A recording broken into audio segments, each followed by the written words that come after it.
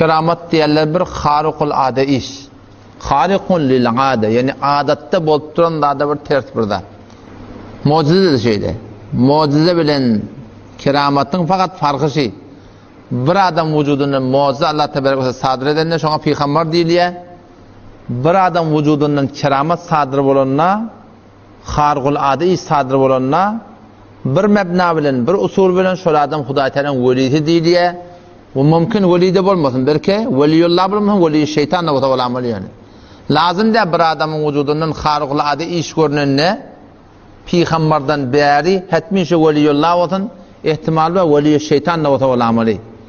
Yani peygamberler hakkında hem peygamberler için sadık, şolun vücudundan harikul ade, alem cihanna bolup duran ters birdat görünse, onlar ki peygamber.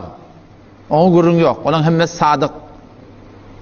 Ama berde şu insaniyeti gibi ümmeti Muhammed sallallahu aleyhi ve sellem yaşap yat, bizim aramızda bir adamın vücudundan keramet bir ihtiyari göründe.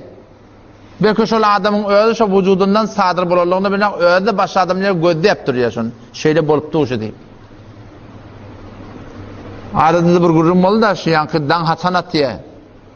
Onun sonuçta tevavutre ve hicde dereceden 15 dereceden mi?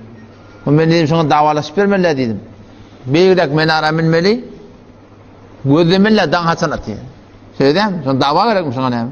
Gözlemeli dan hasanat diye. Allah Teala dan atırıp durun öyle. Onun kerametil mantıqada ihtiyar edip verirler mi adam? Ben şuna davası yok kim dedim. Bir ola konak meydana biz çağırın, bir de baraylı siz de gelin. Siz arağında veli diğerleri çağırın. Bir de filmlerde aleyhçe kerametleri koykötürlüğü yekeden ihtiyari oldu. Koykötürlüğü bize inanacaktı. Hemeden daştı olsa kâdimeyedik. Koykötü amalla ne mi? İhtiyari olsa şeydi. Başka adamlar sonra inantırlar.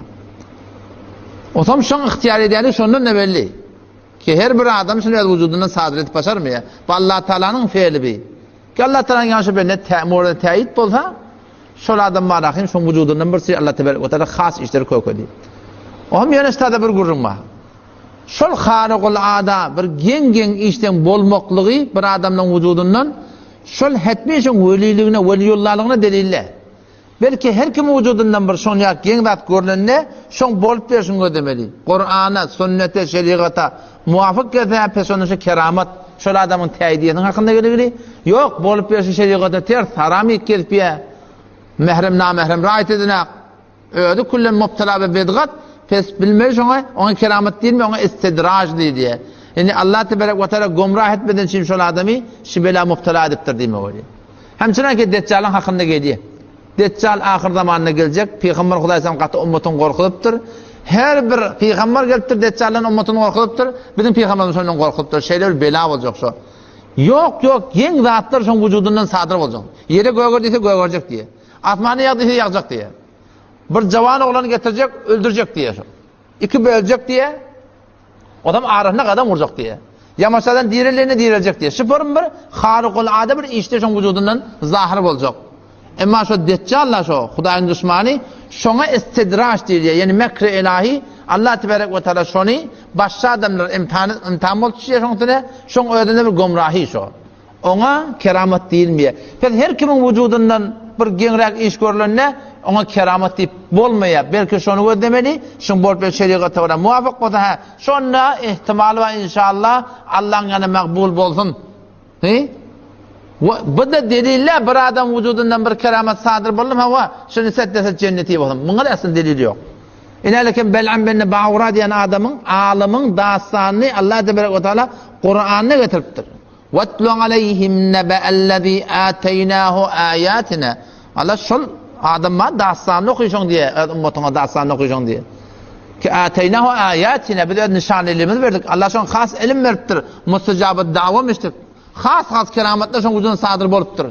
Ama ahirden fenselaha minha feetba'hu şeytan fekâne minel gâvin. Allah ve Peygamber'in aydanından çıkıp ahirde bir iman etti diye. Biz bir adamın vücudundan bir vakıtta bir Hudaý bilen Peygamber'e öyle bolup veren wagtynda bir harikulade iş görüp onda bolup bir şeriata öyle bolup soňramda şol adam hetmen cennetine delille ahiri etibar ve ahirine imanlı gidipdir ya gitmeptir mi onu şoňsyny görürüm. Onu Allah Teala bilmez. Şimdi bu bize bildi adatmy. Pes adam şunu derin emeli.